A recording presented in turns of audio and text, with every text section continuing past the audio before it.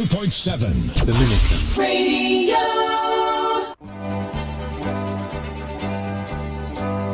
Okay, let's have fun and laughter. There are 3 forms of bribery in government circles. One is over the table, a second, under the table, and the third, including the table. Which of these do you practice? Mahirap po yan, ha? Sabi daw, hindi aandar ang dokumento pag walang lagay, walang langis, under the table, over the table, or even including the table. Kaya nga po nga naman, dahil sa korupsyon, naghihirap na tayo. Kaya nga, iwasan po natin ang korupsyon at bawasan po natin.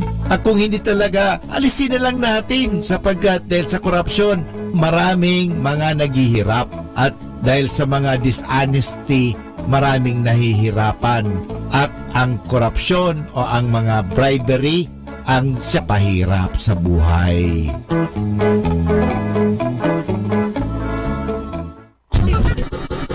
This is 102.7 Dominican Radio.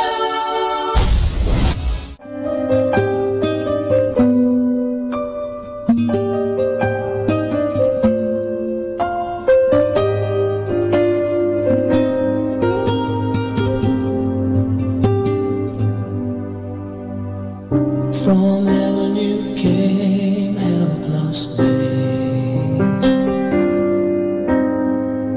entered our world, your glory veiled, not to be served but to serve. You gave your life that we might live. This is our God, the Sovereign King. He calls us now to follow Him, to bring our lives as a daily offering of worship to the Servant King. There in the garden of tears, my heavy load He chose to bear. His heart with sorrow was torn. Yet not my will, but yours, He said. This is our God, the Servant King. He calls us now to follow Him, to bring our lives as a daily offering of worship to the Servant King. Come see His hands and His feet, the scars that speak of sacrifice, hands that fly stars in space, to cruel nails surrender. This is our God, the Servant King. He calls us now to follow Him, to bring our lives as a daily offering of worship to the Servant King.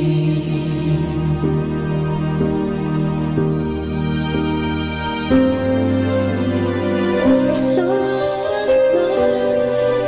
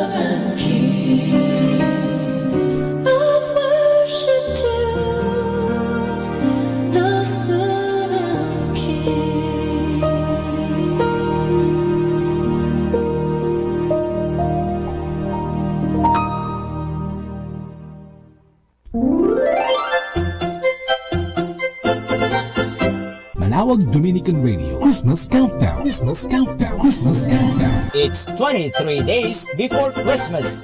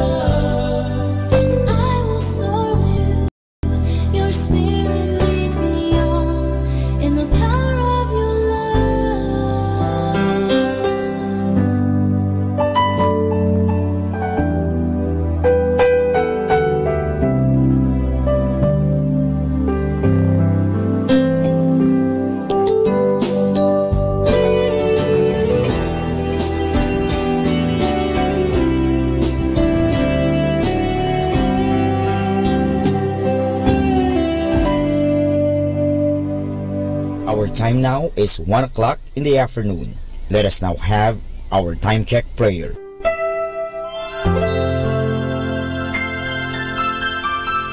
Panalangin ng isang kasambahay. Mapagmahal naming Ama, sa iyong tulong at pagsusubaybay, ako umaasa.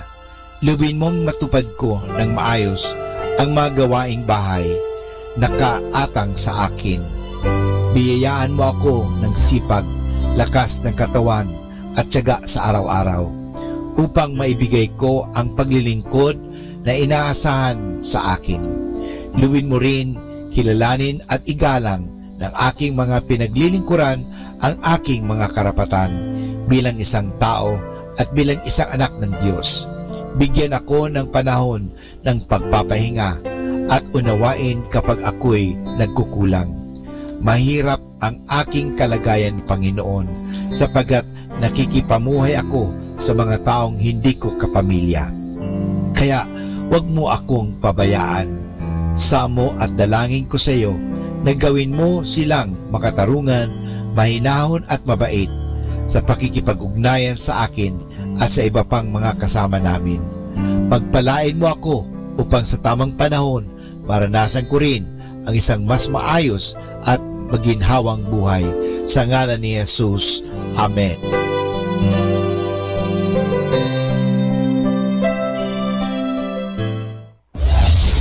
This is Manaoag Dominican Broadcasting Incorporated, a religious non-commercial radio station. 10 years of evangelizing the airwaves, sharing God's blessings, live masses on air, playing religious music and prayers. May kasama ka, si Jesus, si Maria at kami.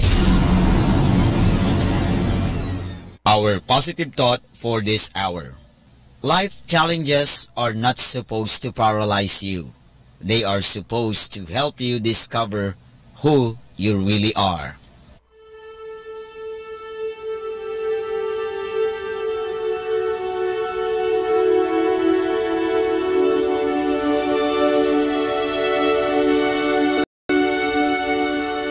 Isang mapagpalang pagbati po sa inyong lahat mula sa aming mga Dominikanong nobisyo dito sa Minor Basilica of Our Lady of the Rosary of Manaoag.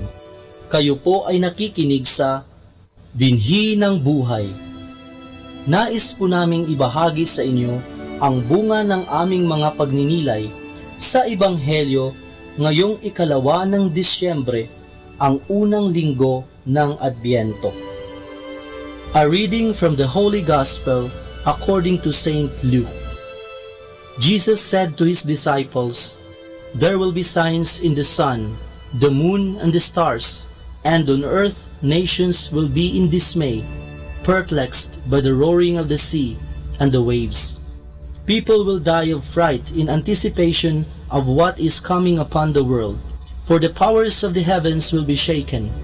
And then they will see the Son of Man coming in a cloud with power and great glory. But when these signs begin to happen, stand erect and raise your heads because your redemption is at hand. Beware that your hearts do not become drowsy from carousing and drunkenness and the anxieties of daily life, and that they catch you by surprise like a trap. For that they will assault everyone who lives on the face of the earth. Be vigilant at all times and pray that you have the strength to escape the tribulations that are imminent and to stand before the Son of Man." The word of the Lord.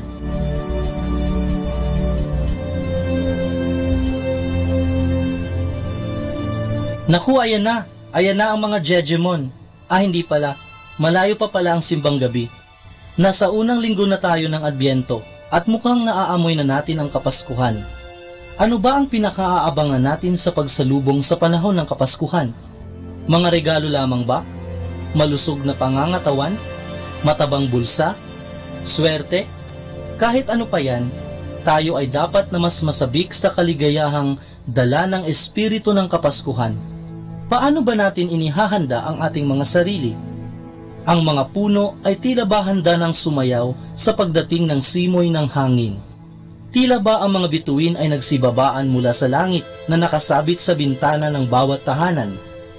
Ang mga kalsada naman ay binabaybay ng mga dekorasyong may mukha ng mga bumabating politiko. Maligayang Pasko po mula kay. Ang trapiko ay sinasalubong ng ngiti ng mga pulis na nakasuot ng Santa Cap. Tila ba ang lahat ay nagbibigayan? Ibang-iba na kapag pinaghahandaan, di ba? Tulad ng mga tandang binabanggit sa ating mga pagbasa, nawiwili ang lahat sa ingay ng mundo ngayon. Ang paghahanda sa pagparito ng Mesiyas ay unti-unting napapalitan ng mga pinausong lugar, pinausong suot at mga trends sa social media. Parte na ng komersyo ang Pasko ngayon. Mga bagong kantang pamasko na kahit hindi pa Pasko ay pinatutugtog na kaagad sa mga